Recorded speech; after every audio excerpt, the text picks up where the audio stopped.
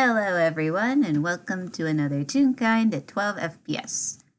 This one's called Pot Meet Kettle. My name is Wick, and joining me today is the lovely and wonderful... Hello, I'm Dew. I am here playing with another wonderful person who we all love very much. Oh, you. Good bean. Hugs. We're both good beans in this. Well, we might not be playing good beans in this, though. Oh, fuck no. Absolutely not. Speaking of which, I think our story begins... Oh, that is a great question. In the audience, we have JJ, who is asking when this occurs in relation to the previous FPS that we were in. That's a good question. We didn't think of that. I don't know. It's probably before. Yeah. Wait, is it before? You think it's before? I can't imagine. How long do you think Austin would put off this? As long as he needs to. And it might be after. I mean, I guess for simplicity's sake, we could just have it be after. I guess. Yeah. For simplicity's sake. Yeah. Let's not confuse the chronology. Yeah, I mean, we've already confused some chronology. We shall not confuse it further. So we'll just say it's after, and if we figure out later that it ends up being before, then, you know, we'll just slot it wherever we can. Okay, I hope that's all right. Yeah. I was just like, yeah. Yeah. Okay. But I think we could start with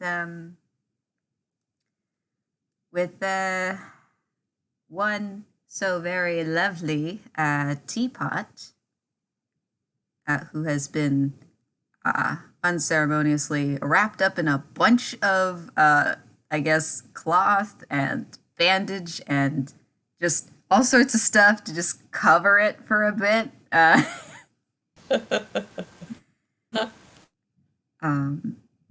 And it's also been dark wherever this teapot is. It has been dark. For the audience, it has been in a cabinet for a while. But it is today of all days, just a random day, that I mean, if I remember correctly, the entity within the teapot can feel what's going on a little bit on the outside.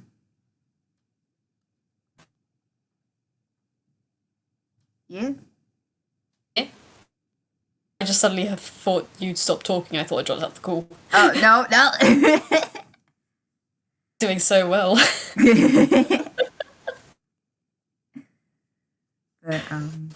But yes, the entity inside the teapot.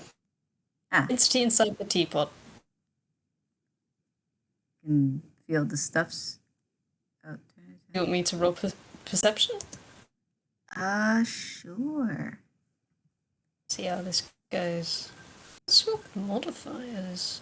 What are your modifiers? Come here, babe. What's your modifier? Perception is wisdom based, I believe, so... Yes, it is. Lovely jubbly. Let me get in the right zone so I can actually roll this. I apologise to anyone that may potentially be Scottish and listening to me. Ooh, 17. Alright, so I'm not sure if I recall correctly how large the scope is in relation to the teapot, how far they can kind of feel or see out. I'd say it's roughly like 10-15 foot estimate. I haven't put a hard tack on it, but I'd say 10 to 15 feet. Oh, wow. So it's dark in here, but you can kind of zoom out a little bit, if you will. Yes, you're in a cabinet. Boy. Yes. But you notice this individual approach the cabinet, and they take out a key and rummage the lock, and it opens. They reach in and pick up the teapot. It looks like you guys are going somewhere. Wonderful, excellent. Teapot sits and is a teapot. Teapot sits and is a teapot. Well, yeah, I mean, it is a little muffly with all the wrappings around. But the individual remains silent. With your perception, though, you can tell who this is. It is one garishly dressed, orange-headed Toon. You know this one. Oh yeah, it's this bitch. It's this, not that bitch. This bitch. Not that bitch. Not the other bitch. This bitch. So, so a one ostentatious. Well, I don't know if you ever got the last name, but you know that this guy's name is Austin. I mean, if you even care for names, but you just know this one. He picks up the teapot, and you kind of travel across the room here. Seems to be some sort of bedroom. You aren't quite certain, though. He opens the door and heads out to what looks to be a relatively, relatively decent apartment. Though it is vastly different from the apartment you were previously in. So there's that. The two of you make your way over to what looks to be a kitchen area. And Austin places the teapot in the center of the kitchen table and stops a moment. He is looking at the teapot. Based on your previous perception, well, no, you would have to probably insight it if you want to figure out what he's thinking about. I think at the moment I have to stick with perception. Okay. He gives the teapot a bit of a long stare, kind of. It seems kind of blank, but with a small sigh, he just turns around and walks back out of the kitchen and then out of your perceivable area, I suppose. Okay. So now you are sat at this kitchen at this kitchen table. But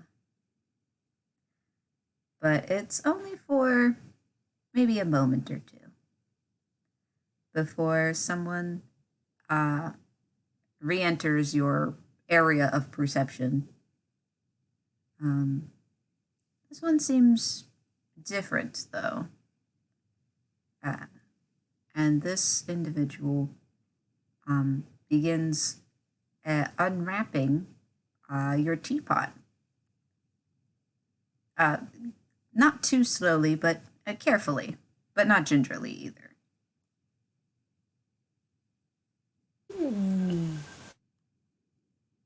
Okay. The teapot sits and is still a teapot. Don't worry, we're almost there. I pat you. You take your time. I like listening to you. Oh, you. I like listening to you too, though. So we're getting there. Um. So this individual, based on your perception, you can at least see what this person looks like, but they are not familiar to you. They seem to be dressed in a blouse and a sweater vest combination with kind of a pair of slacks. They've got kind of a short bob of green hair and a little hat too, but like I guess more like a cap, but not like a baseball cap. I wonder if I have a ref still. I think I know. I think you know, but I I'm trying to know. remember where the hell I put the picture. Oh, this isn't helpful, I say as I look through my files. Pats you. We can find it later if we need to. That is true. Let's see. Yeah, I'm not going to be able to find that. Pop it in the description if we find it.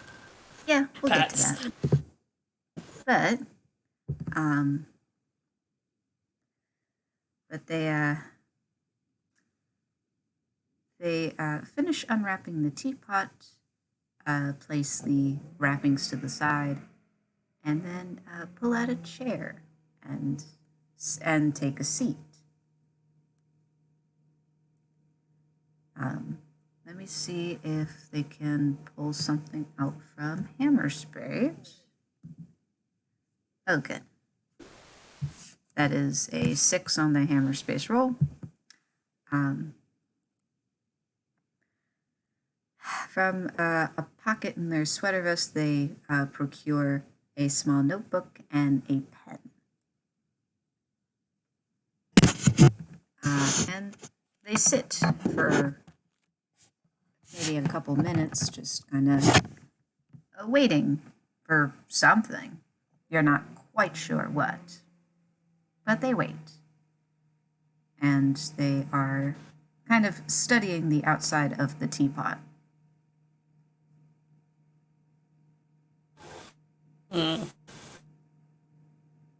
Well,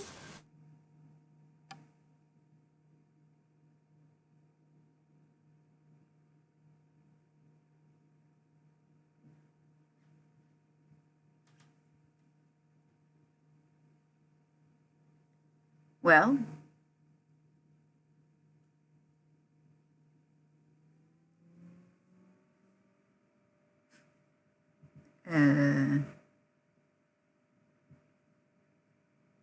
oh, huh? yeah. I thought I lost you there a moment. Yeah, I said can this person roll a history? Oh, neat. Sorry, yes, I guess I did lose you a moment. All I heard was well, and I'm like, They're taking an awfully long pause. Ponder. I was pondering. Sometimes you've got to have a little ponder and a wonder.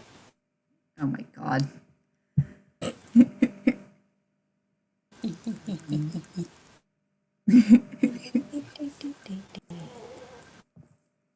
So that was interesting. That's a 19. The 19, this person might remember or have some recollection of in order for something to happen with this, they there's something they need to do in order to well, sorry, my brain's blanking. What's the words? There's an action they need to perform. I see. If you don't remember, I can just say.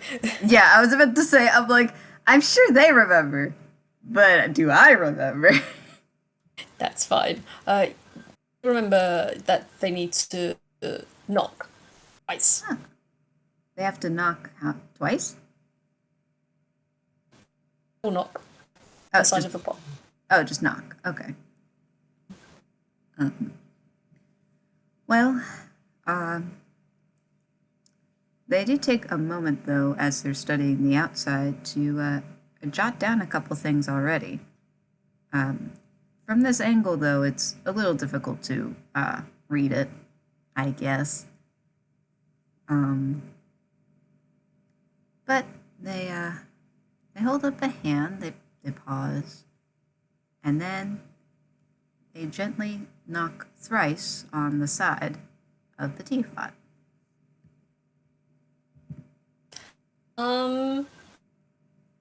Nothing happens for a second. And then you see the lid start to rattle.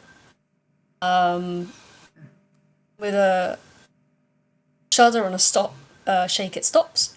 Then the lid slowly creaks open and clacks backwards. And slow sort of chokingly thick smog miasma kind of floats out the top in wafts of grainy looking cloud, flecks of beige and brown and black as the cloud starts to coalesce into humanoid form.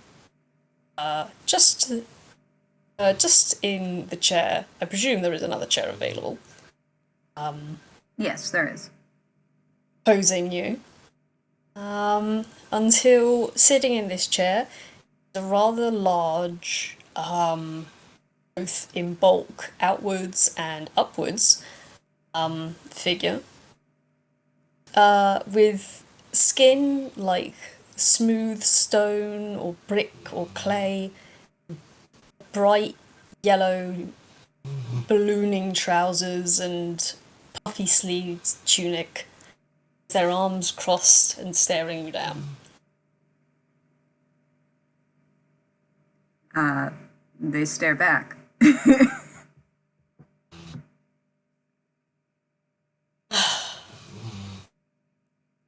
Well, actually, I should probably roll an investigation. Investigation? Yeah, they probably gonna look around because they don't recognize where they are, and some things happened. Okay. Try and figure out what's going on. Cool. Oh, the other way I around. rolled that wrong. It's okay. 10.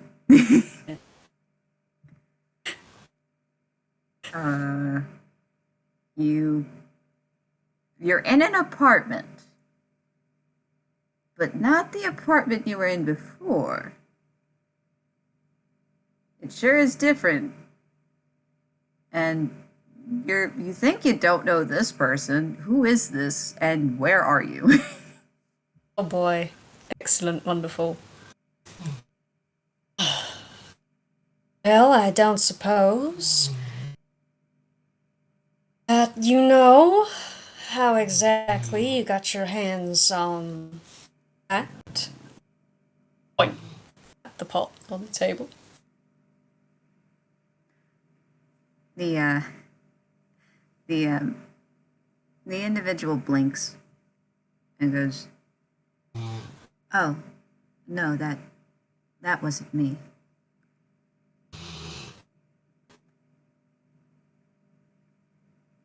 And what? So you.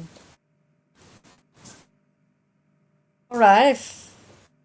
And the figure kind of blinks. Oh, you see, that's a little funny because it doesn't make no sense. If this wasn't you, then who exactly was it? And who exactly are you? Apologies. I should have, introduced myself first. But this was, Austin's doing, as he, gestures to the, teapot and the wrappings. And my name is Subtle. It's nice to meet you. The minute you say Austin's name, the face kind of twists. And as you see the face contort, you can see like little cracks appear at the corner of their mouths and the wrinkles of their eyes and beneath the broadness of their nose as they sneer. Oh, oh, you're with that one then. The eyesore. Well, where is he then?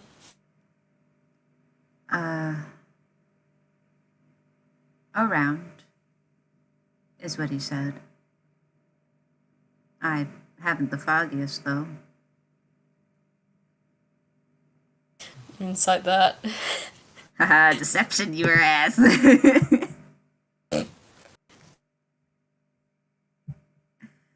let's see.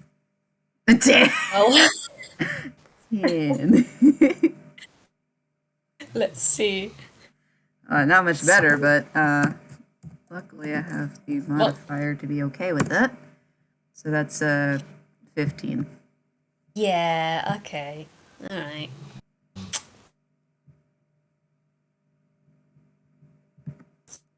Alright, so for some reason the orange-headed eyesore decided to did he take me somewhere else? And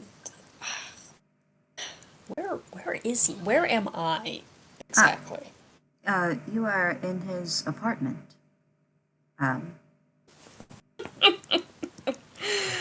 Oh, okay. He has allowed me to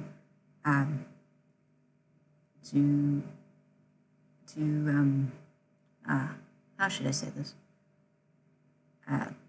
He kind of pauses a moment.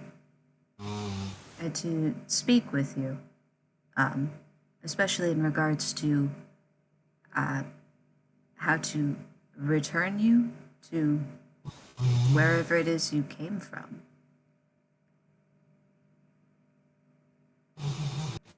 He has allowed you to speak to me. And the figure starts to drum their fingers on the table. Well, it seems he has a very interesting way of going about solving his problems. Oh, wait. I'm not his problem, am I? I don't know. Well, apparently. I'm. To be quite honest, I'm surprised you didn't smash my pot. Well, I'm glad he didn't. It's a nice pot. It seems very historically relevant. He says that questioningly as he looks at the pot.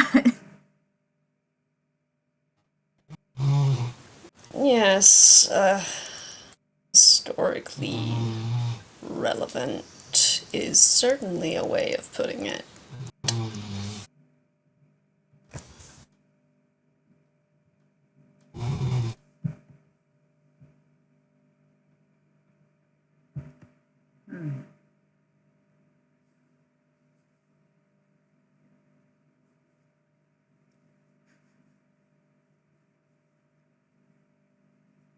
For the recording, Dew will be right back. But in the meantime, Subtle jots down one or two things.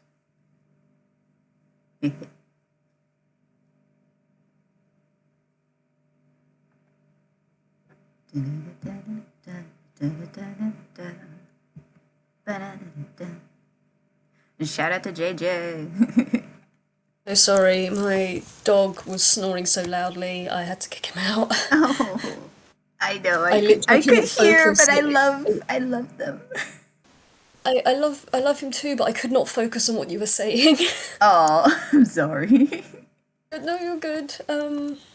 Where were we last? Historically remember. relevant. Yes, okay. Yeah, the figure. I suppose historically relevant is. It's not inaccurate.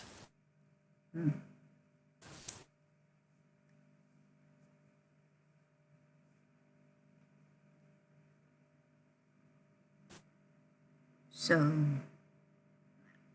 speaking of which, I was wondering if I would be able to ask you perhaps a few questions. At least that's what he has imparted upon me. Well, sure. So long as you let me ask questions of my own. Sure, that is how an interview would go, yes? Interview. Is that what he's calling this? I'm not sure what he would be calling that. It's I think, at least from last time we spoke, that the word interrogation wouldn't exactly be amiss. well, no, I don't think I would interrogate you. That wouldn't produce as much information. That's only an intimidation tactic, really.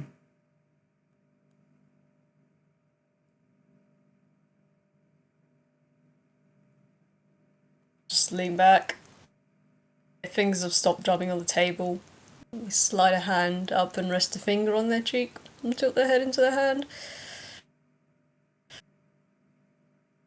Alas, you can ask your questions, but I can't guarantee I'll give you any sort of satisfying answer.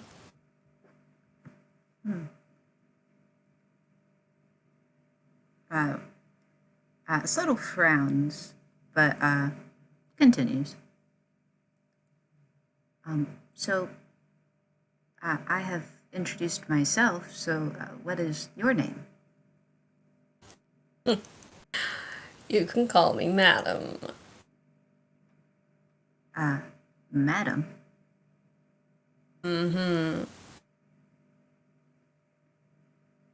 He jots this down.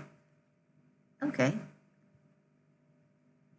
So, My turn to ask a question. Oh. Yes, okay.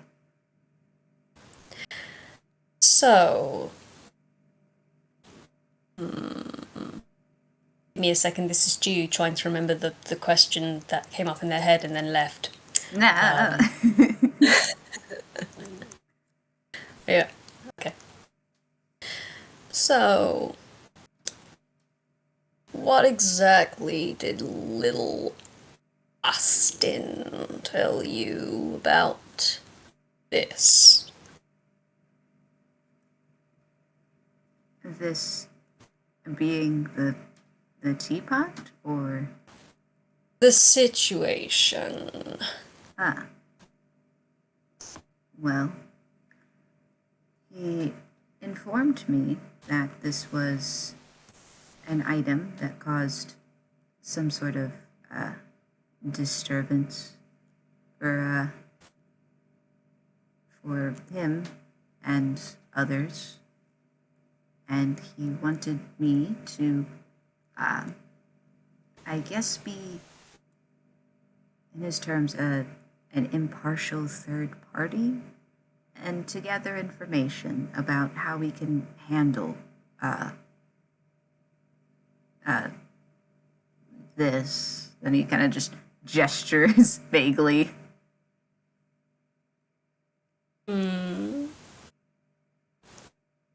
Alright. Go ahead. Ask your question. Okay. Next question.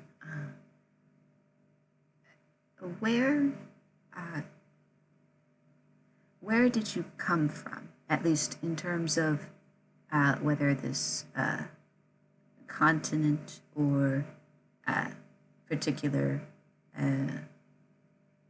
country or anything like that.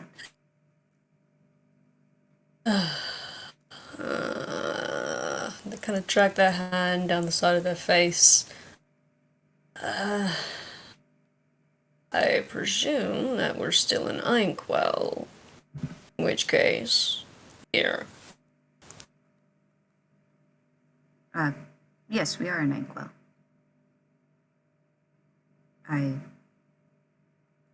May I add more specificity to that, considering what part of Inkwell?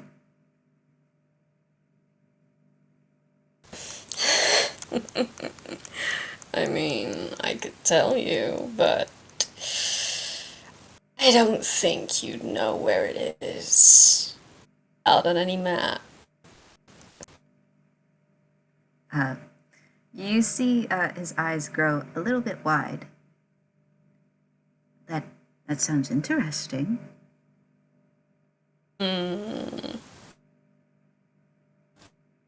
So, and they lace their fingers together and pop their chin on their hands. How exactly are you and Austin connected? I would have assumed that if you knew each other, you would have, I don't know, snagged you up. Caused the whole disturbance. Heard. Well, we went to the same school. We're more acquaintances than anything. So it's understandable he may not have given me all of the details.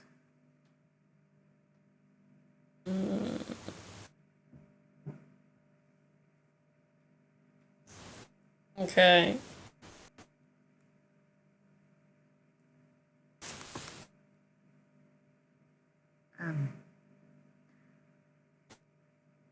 He opens his mouth but pauses. Would you? I don't know if this is I don't know if this is correct or anything, but would you like some tea, or is that too on the nose? Or I've been waiting for some form of, what's the word? Light hospitality. Most certainly. He gets up. What kind of tea would you prefer?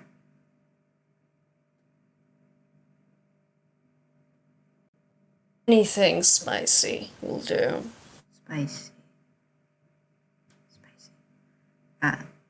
He kind of walks around the table, heads to the cabinet, starts rummaging through it. Now, where is... And as you do that, for someone that claims to be an acquaintance of his, you do seem to know where everything is in here. Oh, really? And as he turns to Madam, he has in his hand like a pepper shaker.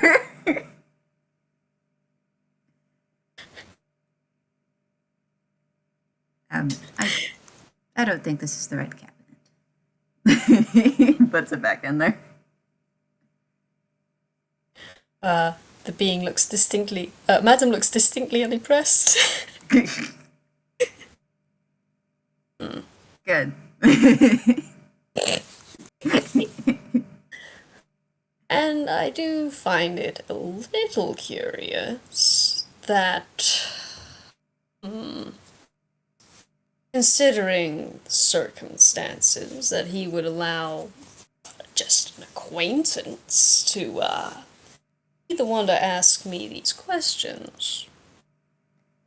Well, I mean, I do have a particular, I guess, theory, if you will, as to why he has chosen me in particular. Now he has found at least one kind of canister of tea. You don't know what kind it is, though, from the way he's holding it. Please share with me your theory. Sure, it's riveting. Well, I suppose you could,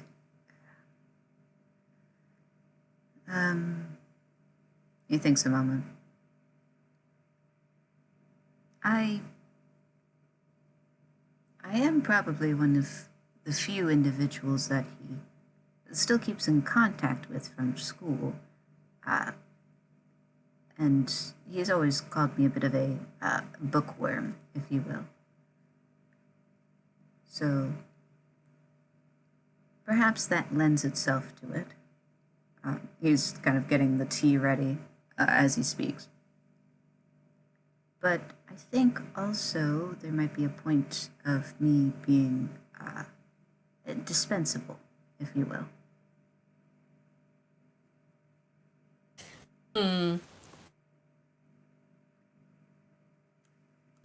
Yeah, okay, I'm gonna incite that. Incite it for what? Being dispensable?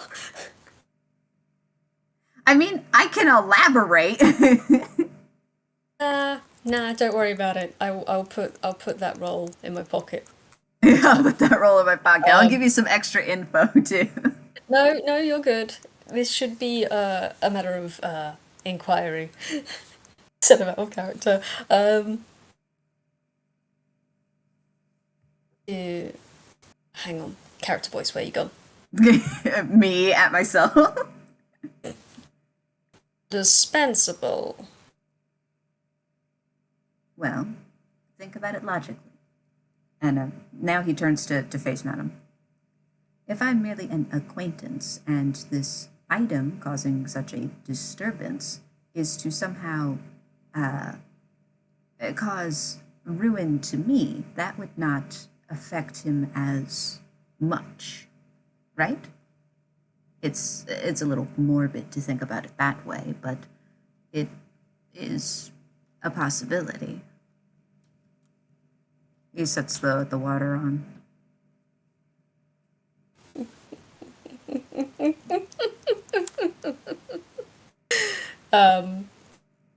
One of the hands that was on this chin slips up, rests on their cheek.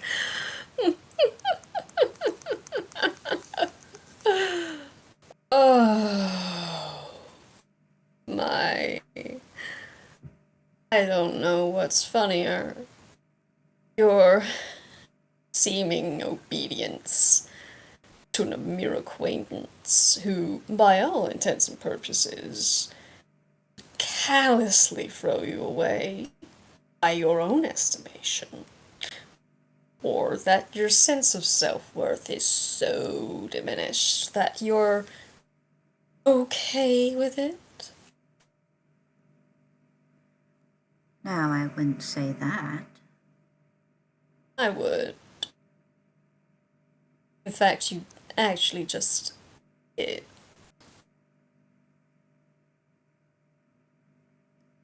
If you're so dispensable, if Miss Austin is such a cruel and heartless man as to contact an acquaintance to deal with a problem that should be his, technically. Well, it tells me a lot about you. So much more about him. Do you like sugar with your tea? No. It doesn't mix well with spice. I thought so. He sets the kettle to, to heat up and whatnot. But he returns to the table and picks up his notebook and pen again, jots down a couple things.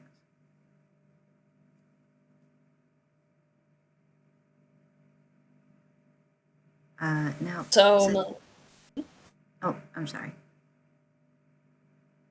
Oh, no, go ahead. I've already asked a few questions. Oh, well, I was going to ask whether you remembered the order. I don't remember the order of the questions. I didn't know if you were going to go first or if I was going to go next. You can ask next. Okay. I thank you for your patience, by the way. This is a little bit new to me. Next question.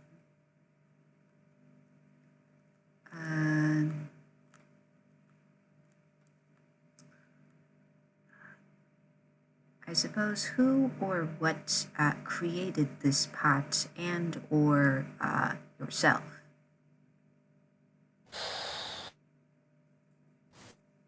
Oh, that's...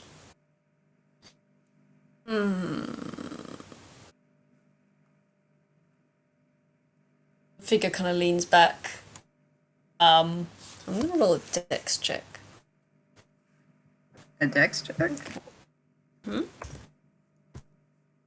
Tell you why in a sec. Okay. They lean back, and they kind of tilt onto the back of the chair legs, like the two chair legs, and balance on those. Nice. Just kind of swing one arm around the back of the chair, one arm embraced on the table. And they just kind of rock themselves back and forwards as they think, well, I could tell you that, but it's not important. It's no longer relevant. Not relevant in relation to what? Not relevant in relation to today, or tomorrow, or the next day. So you mean not relevant to whatever situation has occurred?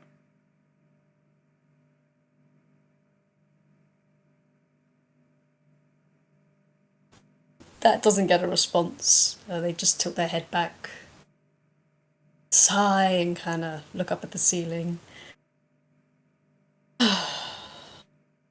If you're quite done with that,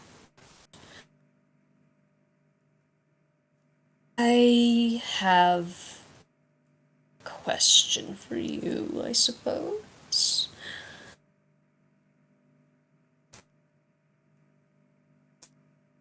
They look with interest. Well, I suppose two questions. Firstly, do you know? You say that you know that an event occurred, but what exactly? What are you... How much of what occurred are you aware of? What have you been told? I have been told by Austin that there was some sort of altercation. Specifics wise, he did not give many details. he mentioned that there was a teapot that housed some sort of genie.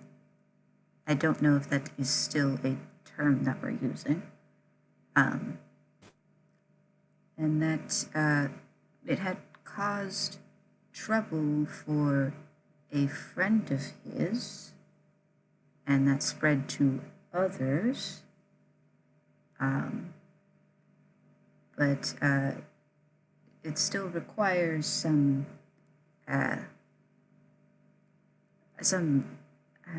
closure, I guess, if you will.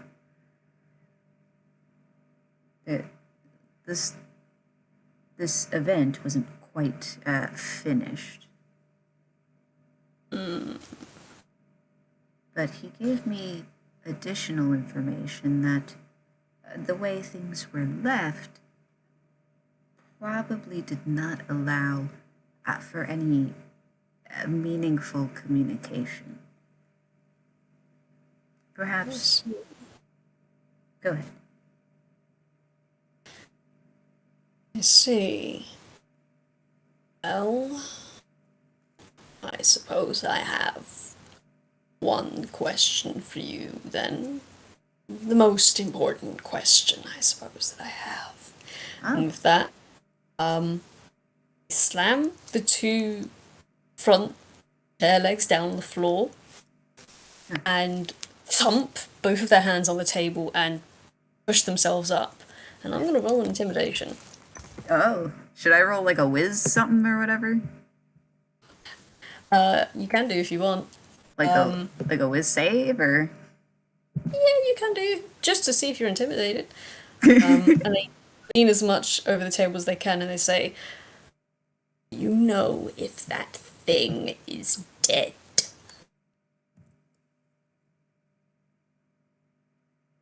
Oh. Oh. Me. I feel a chill right now.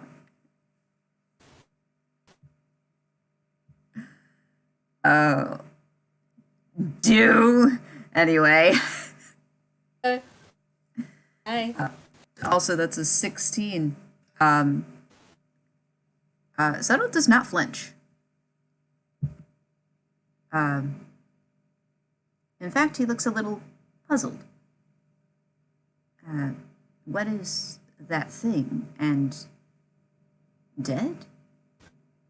Do you want something to be dead? They flop back into their chair with a scrape. And they kind of grab their mug, and they don't sip from it, they just hold it. Oh, it's... I don't really care one way or another if it's dead, not really. It won't really affect me in the long run, but... Then why did you ask with such ferocity?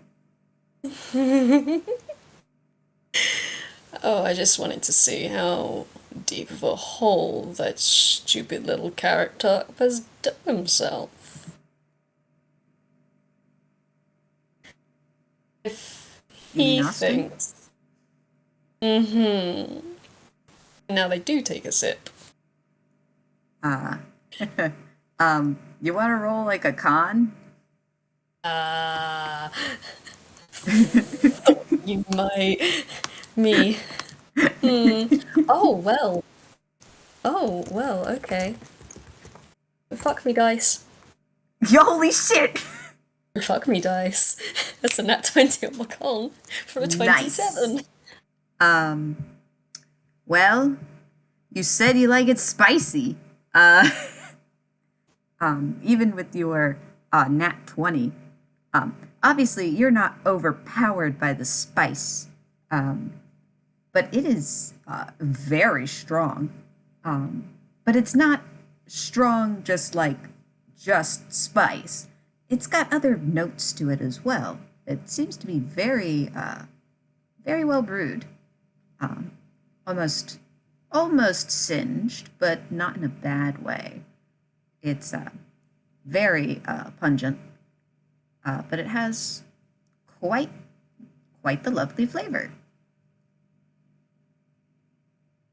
Also, I'm putting out there just to be clear, yes, there is absolutely no poison in this. I did not think of that until just now.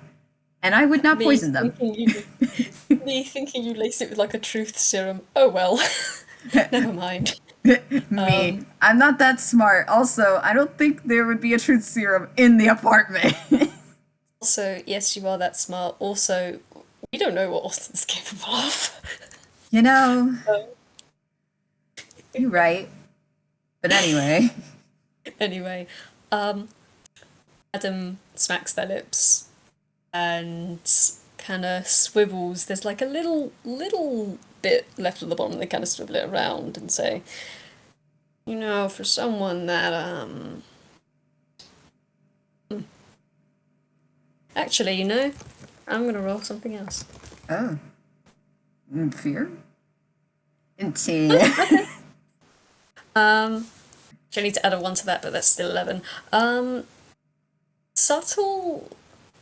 You can see a very brief look of surprise on their face. Like the briefest flash before their face turns to their stone cold expression. Tish. Just kind of rolls mug between their hands. Well, that thing that Austin calls his friend, I warned him against, well, warned him against helping it.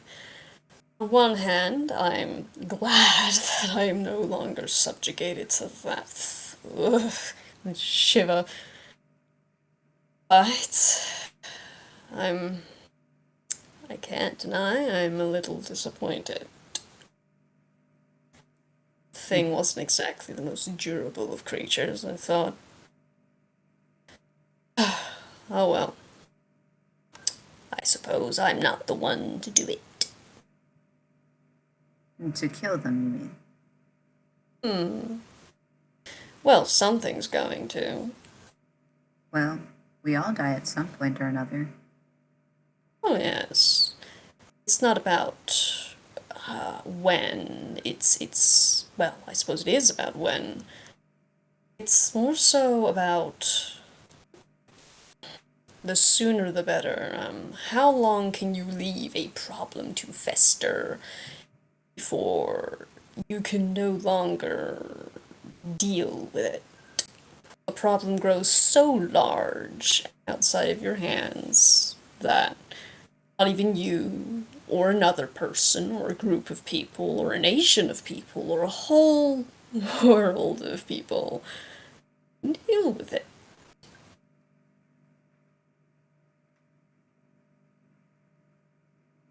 They look a little confused. Do you mean... So are you calling them the problem? Or yourself? Stop. I am no longer a problem. I think that your acquaintance has their sights set in the complete wrong direction. Then They where should should he be really looking?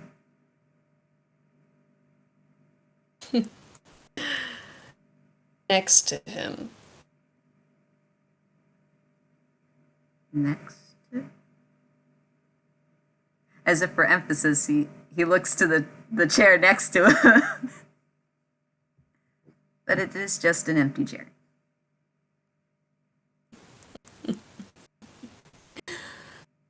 Oh, I told him already what he needs to do, but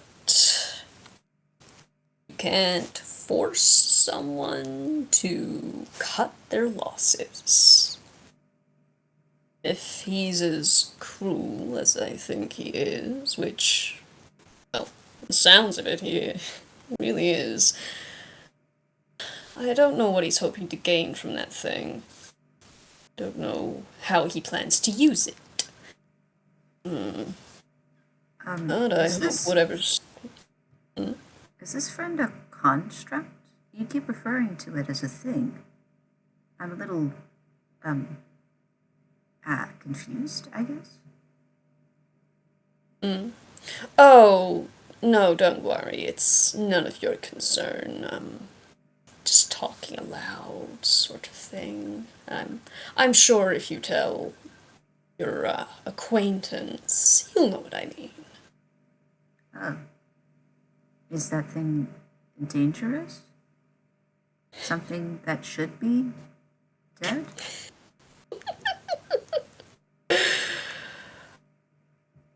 Well, let me put it this way. If you don't pull a thing out by the root, it'll just grow back again. If you don't hem it down whilst it's still in bloom, you're going to get overrun. Ah. Plant analogies. He writes something down. Do you have any other questions for me, or does your acquaintance Austin want to pop by and, I don't know, wish for something? Oh. Right. Wishes.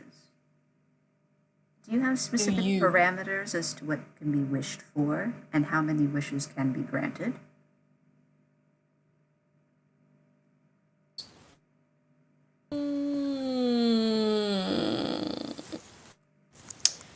Not quite. I think maybe...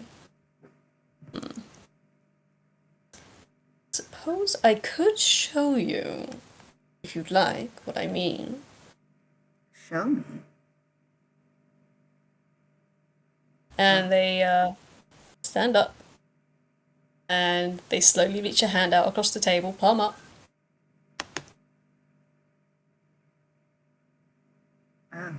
Oh, well, I do want to find out. It's easier to show than tell. He nods. And, he'll gently place a hand. Ooh, roll me a con save, please. Yeah! Woo! Con save! Let's go! I asked you to roll a con save, and now I gotta roll a con save. Oh no! Whatever shit. Oh, holy shit. Doing really well. Yeah, I mean, his modifier isn't great, but that's 21. Sudden. That's all.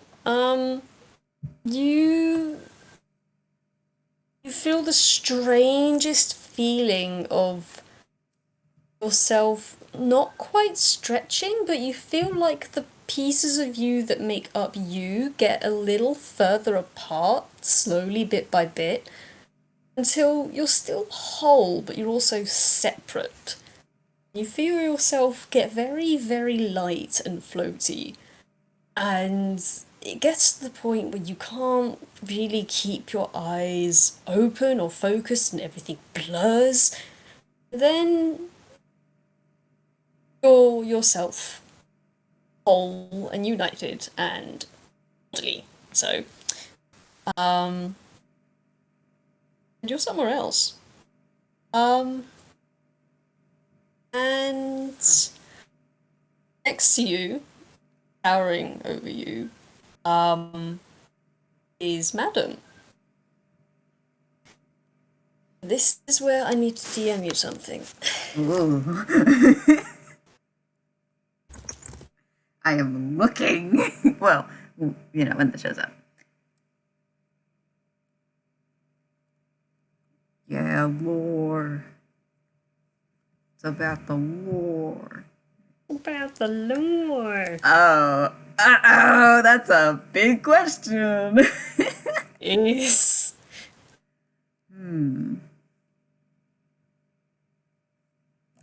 Here.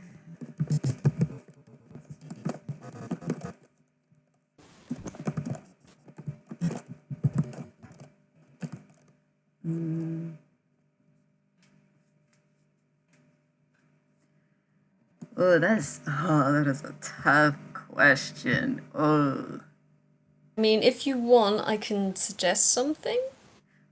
you can type it down, yeah.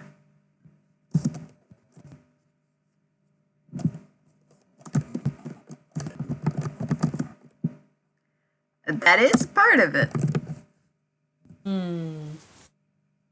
Yeah, that's what it sucks because now I'm thinking in abstracts. I don't have anything specific. That's fair, and I pat you so gently. Well, I mean, I can work with this, Okay. and you If you can need also anything else, then just let me know.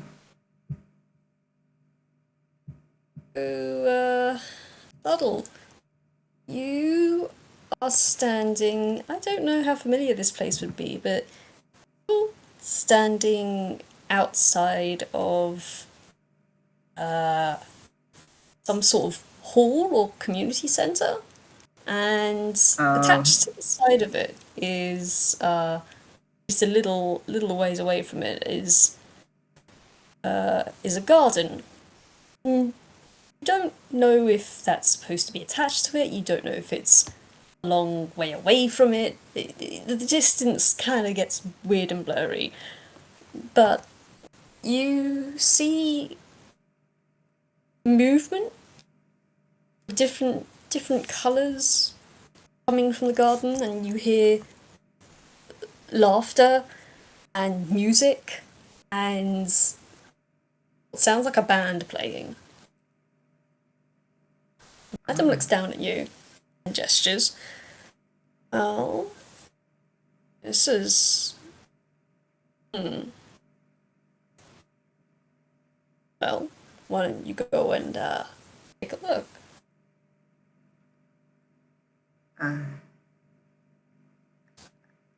And you notice you don't have to roll anything. Sutter looks a little nervous. He takes a step back. I don't know. It seems kind of, a lot. You feel a heavy hand come down on your shoulder and grip. Not tight enough to bruise, but firmly. And Madame frowns down. You wanted to know what it is that I do and what I can do. Would you turn it away now that I have offered it to you? He thickly swallows and then goes, "No, you're right. I must see what's here." He looks Well determined. then, go ahead. He takes a couple tentative steps forward, and then a couple strides. Not sure. I guess he's gonna go in the direction of the laughter and music. Follow down a path. You can't tell if there's picket fences along the side or if they're bordered by bushes or something else entirely. It's all very blurry until you get to the entrance to a garden. And then suddenly everything inside there comes to sharp relief. Because there's a lot of people here. There's a. Well, for starters, you see Austin by a buffet table. And next to Austin is a metallic looking tune with a boater hat leaning against his side and seemingly laughing. And across the table from them is a bird too, sort of scowling and a little spiky in the outline, but also slightly fluffy. It's a very weird combination. Shouting and jabbing a finger and almost sort of laughing. Austin, as Austin smirks back and comes, seems to reply with something. Then you look around and you see there's just a lot of people here. Some you might know and recognize. There is, looks to be a lady, at the other end of the long buffet table, in an apron, a ragdoll looking toon, just going around, handing out like little cupcakes and things to children and smiling. And as she walks past Austin, she gently taps him on the elbow, gives him a hug and a smile. She returns. And then you look around and you see a bouncy castle. A big clownish bouncy castle. There are kids in there. There's a large plant horse. It looks like a plant horse on there with a big sunflower heads bouncing around with the kids. It's very weird. And then there's a big sort of stage with live music with a band, and then someone with a keyboard putting out some pretty good music. Banging out the tunes. Hanging out the tones.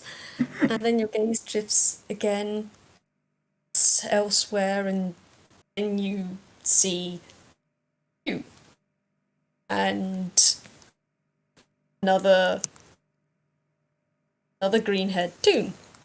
No, not a toon, a real kind.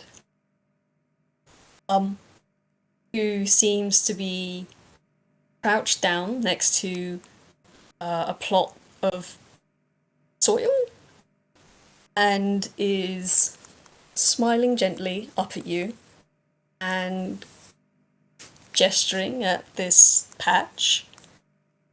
And then you're laughing and they're laughing, and the atmosphere is very jovial, warm, and welcoming.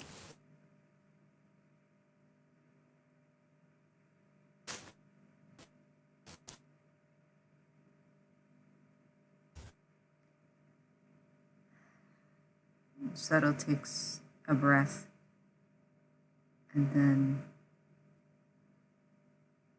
jots something down in their notebook.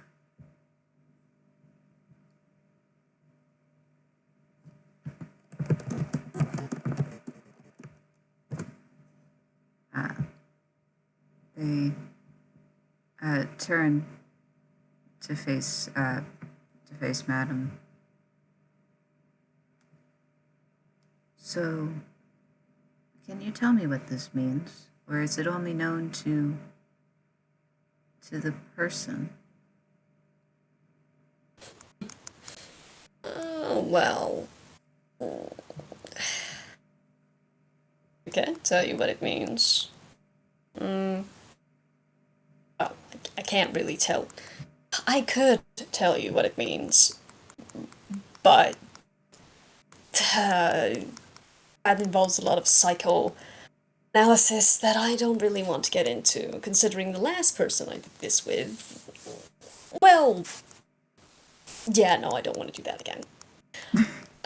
This is in the basics of terms what you want. You want this, although I don't understand why. And Madam sneers in the direction of the buffet table. The bird, the robot, and Austin are kind of talking.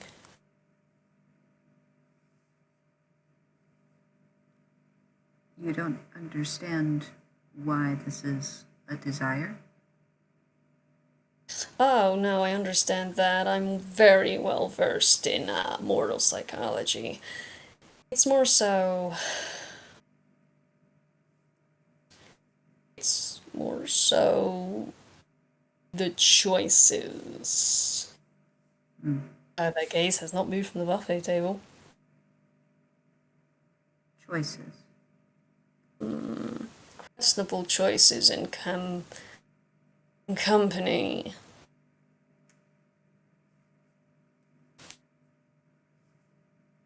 Which one is it?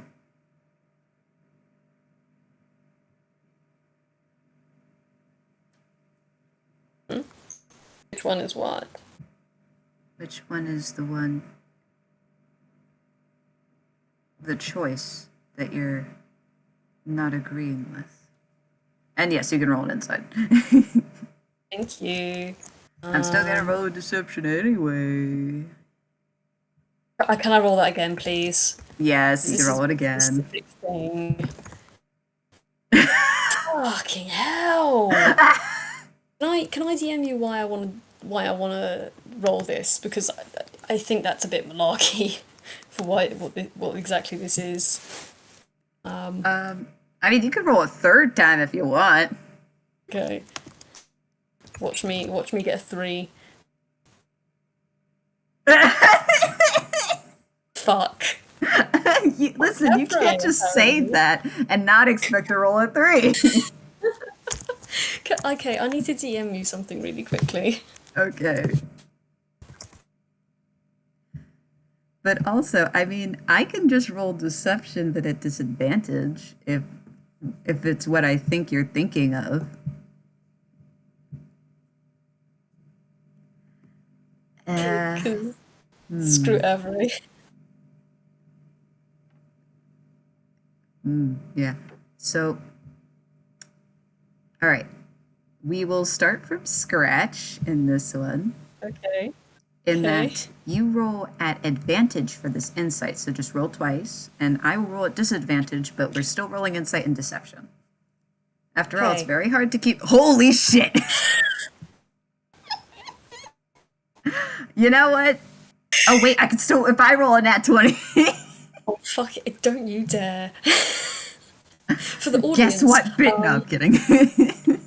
the previous rolls I rolled were a 1, a 2, and a 3 without the modifier. So we decided to say peck it for what I'm rolling, roll again, and then I got a nat 20. Damn, the worst thing is Gosh. I rolled this, but I said God. I would roll at disadvantage. So the second Okay. result is actually a 22. So Okay. it was I was about to really say, close, though. Gods. You did get a nat 20! Oh my god! I did, but I said disadvantage, and I'm sticking to it. So, Okay. Okay, please continue. so that's a 25 to a 22. So at first, like, so this is where now everything starts kind of slipping, you know. At least in terms of what Madam can tell about stops. Yes. Okay. This. Me trying to think about what the last thing they said. All the words. About choices that they would make in terms of Yes. company. Ah, yes. Kind of blink very slowly and they look from Austin to the other subtle, then to the subtle next to them. And then they smile and it's a slow smile that is almost pushed onto their face, and as they do, the cracks under their eyes get wider and the cracks under their nose get wider, and their eyes, which I didn't specify before, but they don't have an iris or a pupil, they're just like blank grooves, like the kind you'd get in clay before painting. stare down a subtle. I think you know. You think I would know? Mm-hmm. I mean, isn't it obvious? Surely you should know your own wants and desires.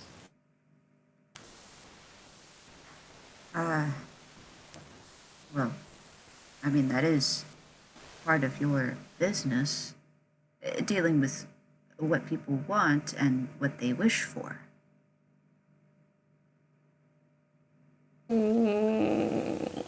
Yes. In a way, yes.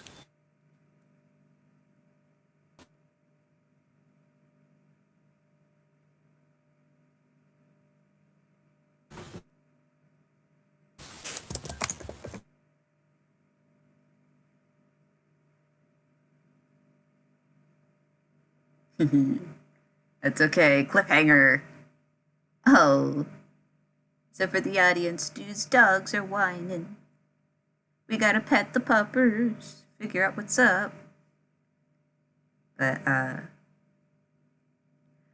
uh-oh, somebody's in trouble.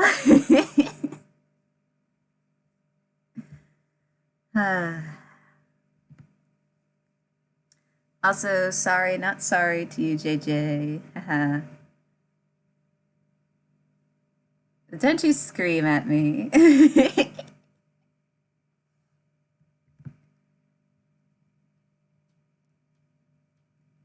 Also, you have no idea how long I had this planned for. Golly. Anyway.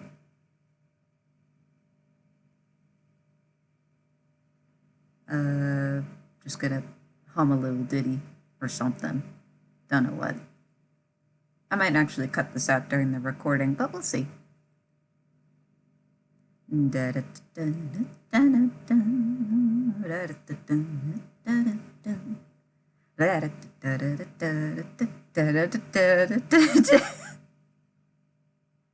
That's some interesting timing there you've got there, Jay. And that's a good question.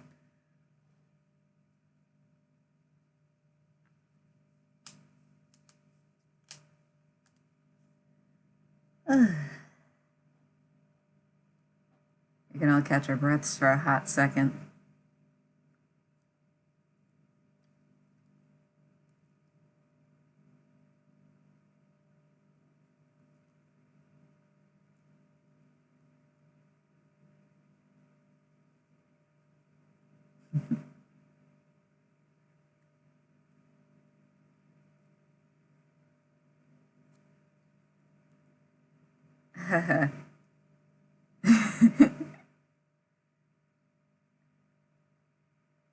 Just like overlay the last 5 minutes of the conversation with like that audio that just goes, oh no. I'm so sorry, my Hey. dogs need to go outside. Oh, no worries, that's all right. Do you need me to pause the recording or anything? No, I'm good.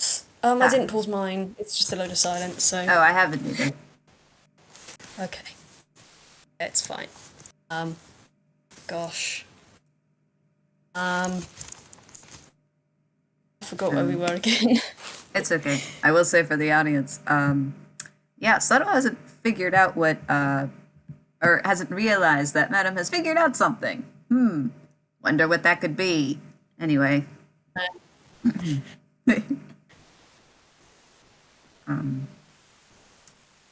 Shit, I forgot where we left off too.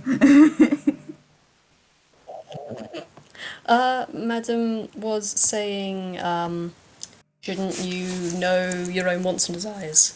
Ah, yes. And then to which Subtle replied, well, yeah, that's kind of part of what you do with, granting wishes and stuff. And then I think Madam went like, technically. Yeah. Well, what you see before you, I can make reality. least. Ah.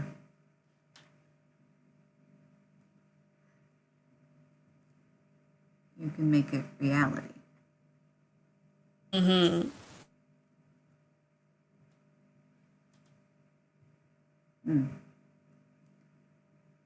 But seeing it right before you, even in crystal clear imaging, it just sounds too good to be true, you know? Oh, I understand that. I have been accused of being some sort of demonic or fey creature on occasion, Well, which you're which I'm not. not sure. Did you say sorry? No, he cut in with saying you're not, like, not a demon or fae. Oh. Oh, what makes you say that? Well, you're something No, other. potentially. Possibly. Maybe I'm all of them. Maybe I'm a fae and a demon and all the other things. By the way, this is something that I can give people. I can give them what they want. But like you said before, your answers aren't going to be satisfying, are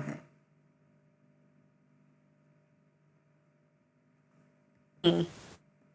Well, it's satisfying for the wish granter. Huh.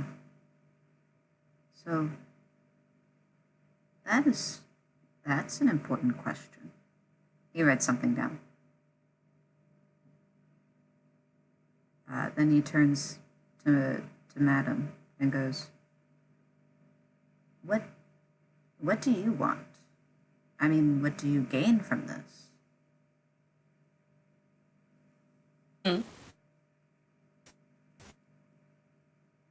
I thought that was obvious. Obvious. Why would it be obvious? Why wouldn't it be?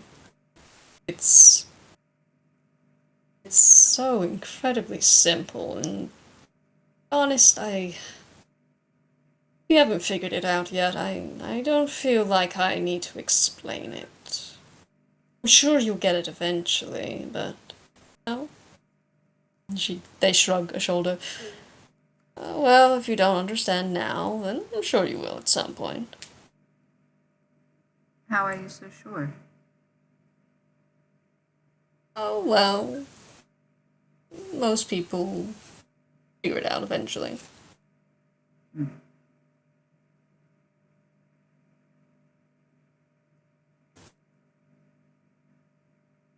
Anyhow, they kind of gesture.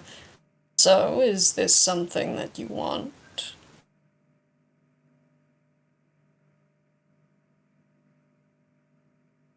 In answering your I mean, obviously. question, uh, yes, it is. But it is something that I want to arrive at through my own needs.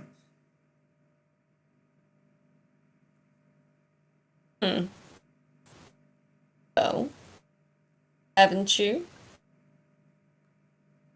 Just because you're getting it through one route instead of another, does it make it any less real? Logically, that makes sense. Not logically? Some may beg to differ. Yes, I can think of certain some who would think that. But let me put something to you this way. But with what I can do, what I can give people things they could never have. And some people, it's impossible for them to have the thing that I could give them. Literally, physically, materialistically impossible. And I can give that to them. Maybe you can do this, but something tells me that this particular scenario isn't somewhere you will ever arrive. That's right. It isn't. And you want to know why? It's because it's idealistic. It will never happen because it's based on an ideal, something drawn from the brain that is automatically unrealistic. So, of course, I can't ever fully get to this point, but I can get some sort of approximation, something that's my own, and something that is real to me in my own way. Right? I mean, perhaps, but. And they kind of look around at everything. Whatever it is you think you can get without me, it's never going to be as good as this. This is the best you will ever get. And that's not me bragging, that is just a certainty. What you see before you now is the best scenario of this you will ever get. The best is objective. Not objective, it's subjective. I suppose. But as you said, this is something drawn from your subconscious, your wants, your desires, and they tap the side, Subtle's head. If this isn't what you consider best, then I don't know who it is I'm talking to. They instinctively take a step back. Adam takes a step forward. I,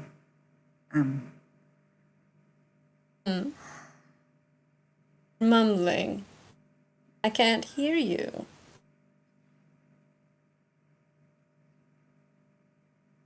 They pause. I suppose that you're right. But I just still don't get it. Giving somebody the best thing that they could ever wish for, how does it help you?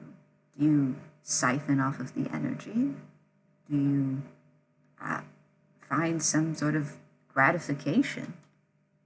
What is it? You study everyone's psyches for what? What is the point of all of it? They stare you down for a good couple of seconds before they kind of lean away from you. They take a step back and they roll their shoulders in a shrug. Oh, well, like I said, it's pretty simple, but if you can't figure it out, I'm not going to be the one to tell you. And then who will?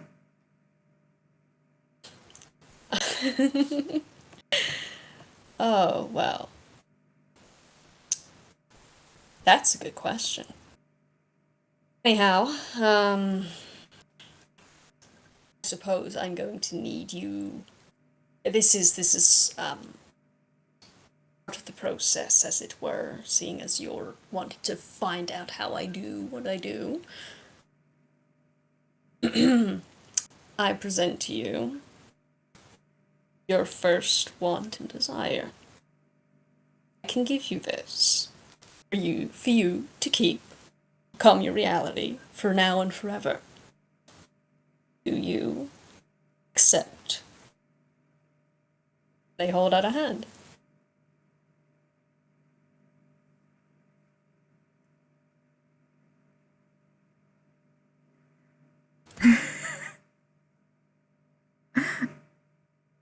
I'm sorry, Jay. Listen, I can't help but look at the chat. Yeah. JJ's just been saying, bite them. Subtle's not gonna bite them. Not even doing anything. Yeah, literally. I mean, They're literally just giving Subtle what they want. you're right. You're right.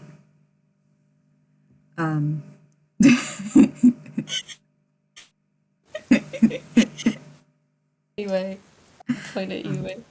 Yeah.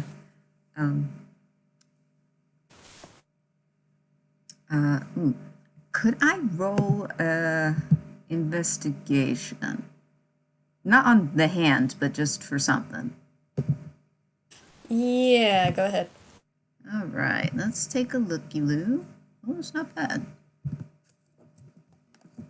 That's an 18.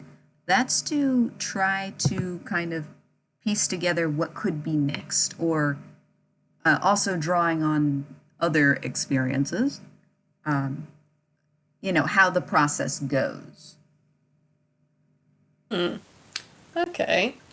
Well, from what you can figure out, they said this is your first want and desire, which implies that there are other wants and desires they could potentially present you with. So there might be more after this. And as they hold out their hand to you to shake, that's a pretty clear indication of will you accept this or will you deny this this scenario they are presenting you. And also, go ahead. I say, is this the desire, one of your desires that you wish to fulfill? Fulfilled. I know what you mean, though. And especially given previous events, I think he's starting to kind of piece together how it works, or at least some estimation of it.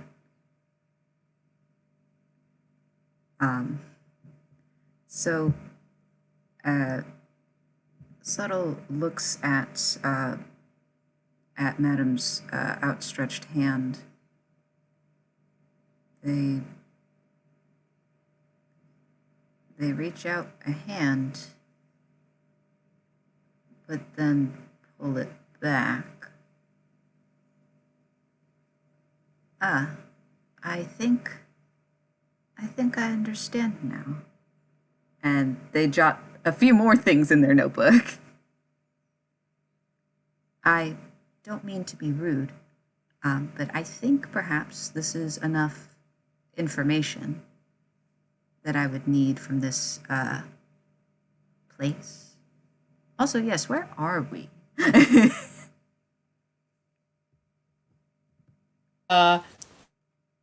Madam, still holding out their hand, kind of frowns down at you. Again, I thought that would be obvious. He writes another thing down. All right. In that case, he looks from Madam's hand to their face, back to the hand to their face. I do not want to go any further than this. I will have to forego on accepting this deal, if you will. Make no mistake, it is of I'm not trying to offend, but rather it was only to see what is the inner machinations of how you work. As you speak, they flex their fingers and lower their arm to their side. I see. Well, all right then, if you've had enough. And they reach out and they grasp the side of your neck with. As they do, their hand is quite big. Their fingers go around the back of your neck to the other side, and their thumb is pressed underneath joint where your throat meets your chin, probably just above your Adam's apple. And I'd like you to roll me a con save. All right, cool. Love that. I love it here. I gotta love it here. Love it in this house. It's a good house.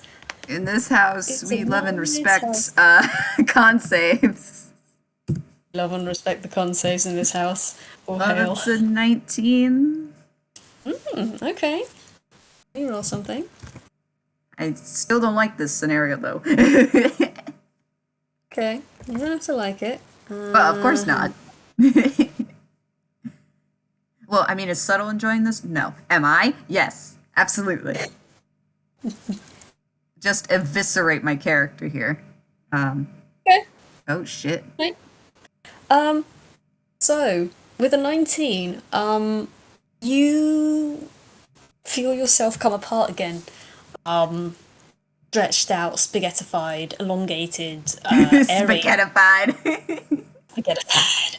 And you feel yourself stretch and siphon and split and sieved out of something to somewhere else. You feel yourself moving, everything is blurring, and then you are back in the chair that you were in before. Could you take could you take 13 necrotic damage for me, please? 13 necrotic damage. Yeah, as you kind of you can roll something here if you want, or I can just tell you, but it's up to you. Me. I can just tell you if you don't want to roll. Oh, wait, no, I can roll. What do I need to roll? I'm sorry. Insight or medicine? Ooh, insight or medicine? Oh, wait, insight or medicine. I'm gonna fork out the medicine, please. I'm gonna do insight. Go ahead. Yes, insight up in this bitch. Let's hope you roll good, boy. Good. All right. Jeez. Criminy Christmas. All right, so that's a 22. Yeah, cool. So that feeling from when you were being separate, also together, you kind of pat yourself down and you're all there, but you feel like you're not all there. There's something missing and you can't put your finger on what it is.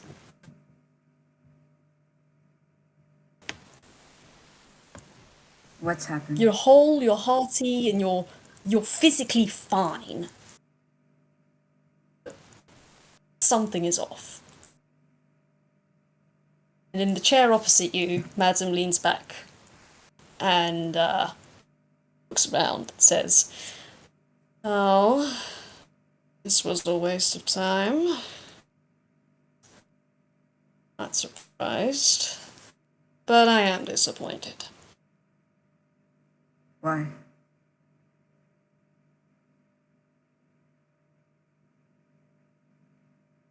Why are you disappointed?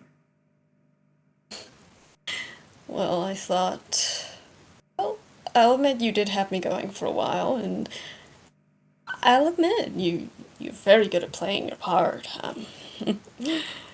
And you held your ground and I can respect that. What I don't respect is people that think they can lie to me. I don't respect is people trying to pick me apart. So what's going to happen? What's going to happen? That I'm going to tell you one last thing, and you're going to do it. Or, well, I suppose you'll find out what or be. Is that amenable to you, Subtle?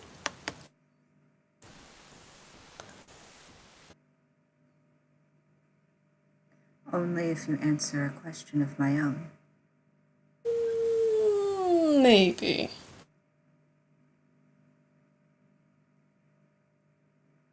What have you taken from me?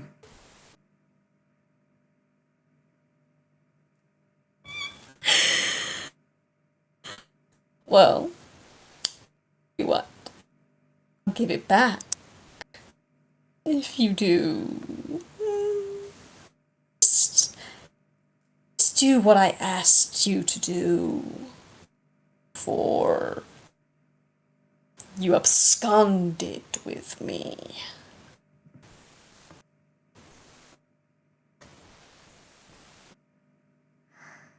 I asked you, what did you take from me? I want to know what it is, what I am fighting for.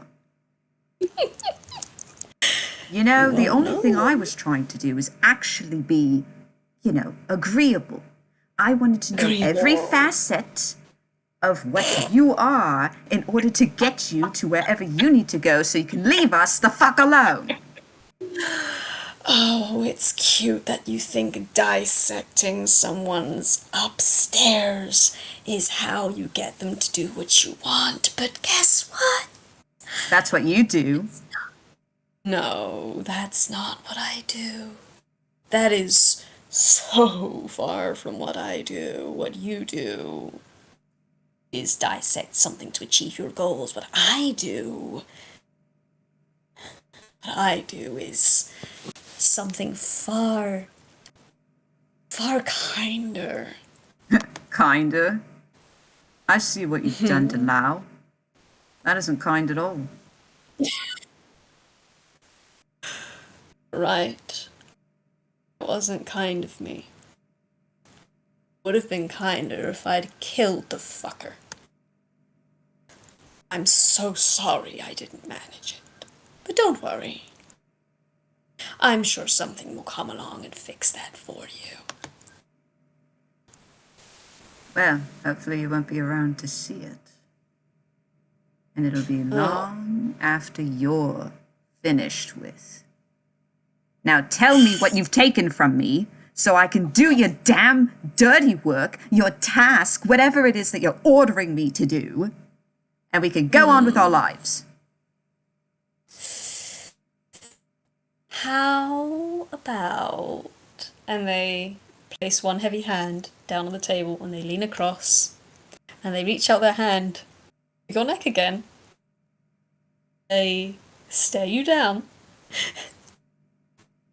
How about this instead? And could you roll me a whiz save? Yeah, I'll roll a whiz save. Man, I've been waiting for this kind of shit. Uh-oh. All right, what are you gonna get me, my little boy? What are you gonna get me, my boy? God Little damn it, boy I with dropped the dice. Me, dropping the dice. Fucking kidding me. That one Right. dice. You said a whiz save? Yes.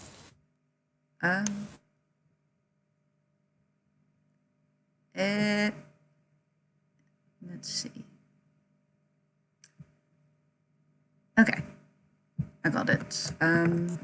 What was your modifier on that shit again? God, why do you have to have terrible whiz? Anyway, this will be the death of you, boy. That's a 17. Okay. uncomfortable and invasive as fuck. Yeah, no shit, honey. Feel the hand near your neck again. You feel something travel up your throat, around your chin, around your jaw, up the sides, around your ears, and into your brain. And you get just a series of images, sensations. You get distance, and you get heat, and you get shade, and you get wind. Just a lot of wind and something coarse and a of dryness and dust and droning noise, like 1,000 cicadas swirling in en masse. And you feel this little tug of pulling out your head, and the sensation around your throat is let go. But that tugging feeling is still in there.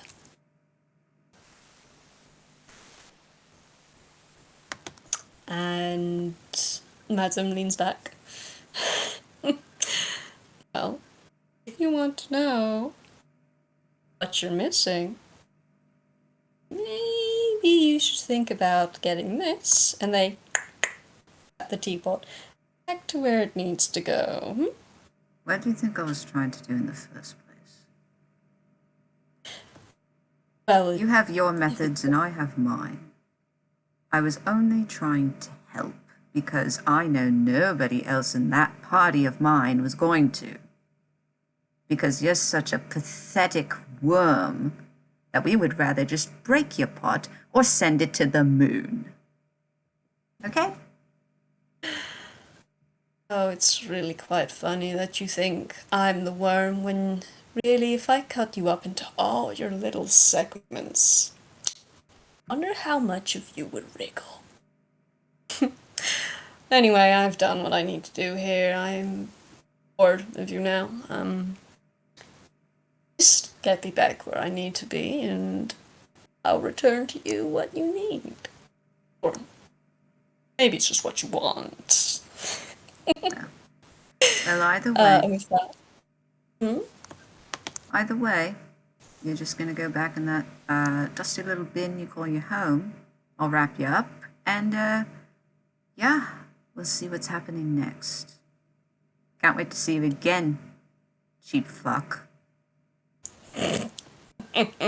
Oh, aren't you so scary? With your big scary teeth, your big silly hats.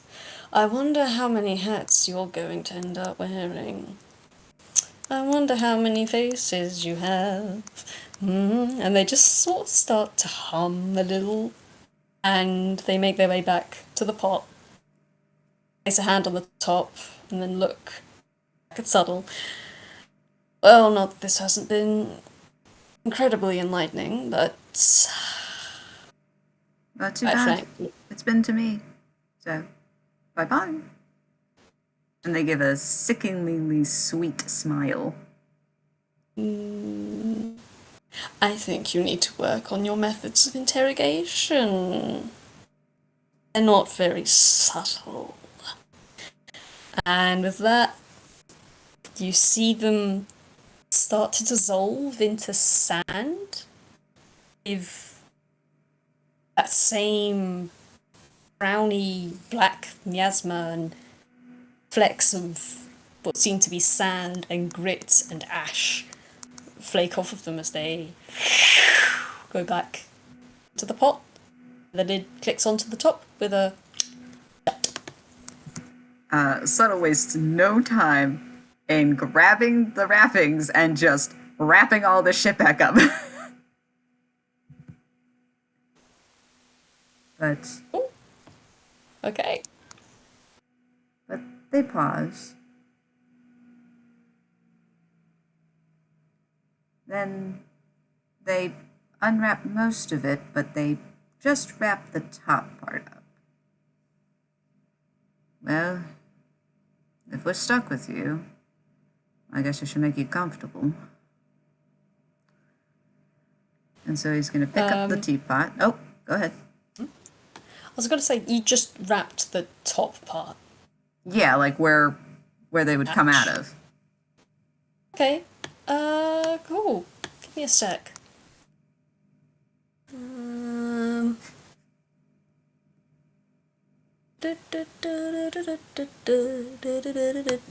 What's your AC, by the way? My AC? Huh? It's it's 13. 13. Right, give me a second. Cool. Love it. Okay. God. You just managed to dodge the puff of smoke that comes out of the spout. Okay, never mind. He wraps that shit up too. Okay. Enough playing games. Listen, I know you don't like me and you probably just want to get rid of me, but jeez. I do what you want and you leave us the hell alone. He picks it up and starts carrying it back to where he had it before. Okay. Yeah, no, the teapot rattles a little, but otherwise doesn't do much. Jeez, you are one really weird individual. But I guess that's me calling that's the pot calling the kettle black. Or is it the kettle calling the pot black? I don't really care.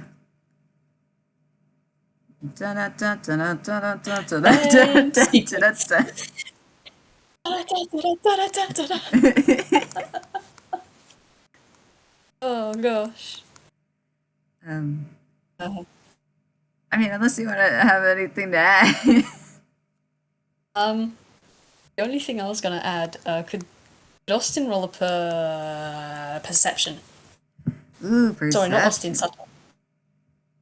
Well, I mean, Austin's not here right now. Austin's in Sweater Town. In Sweaterville? Maybe? I forget what the quote was. Anyways, you said perception. Perception. Instead of just... Wait. I dropped my dice. No! The dice have No, rebelled. I need the little click clacks. What? I said the dice want off this train. Yeah, they do. But we have a straight 15. The only straight thing about them. So I guess you probably do see this as you put the thing in the cabinet and just... I don't know if this cabinet has, like, glass, like, you can see into it, or if it's just a straight wooden cabinet. Either way, the last thing you see of this teapot, as you close the doors, you hear a very loud pop, and there is a hand sticking out of the spout, and a very particular finger is being pointed at you.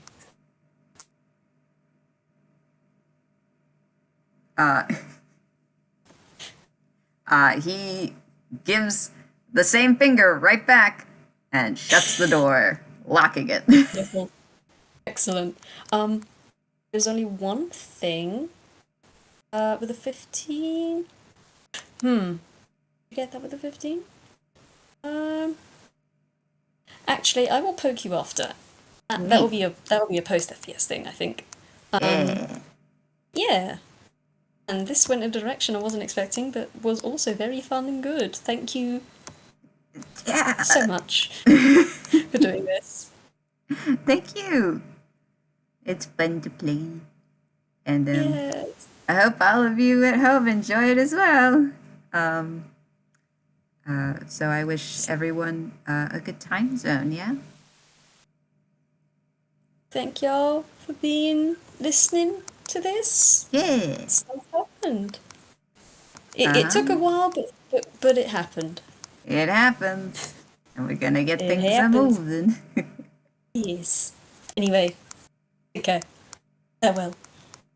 Goodbye. Goodbye.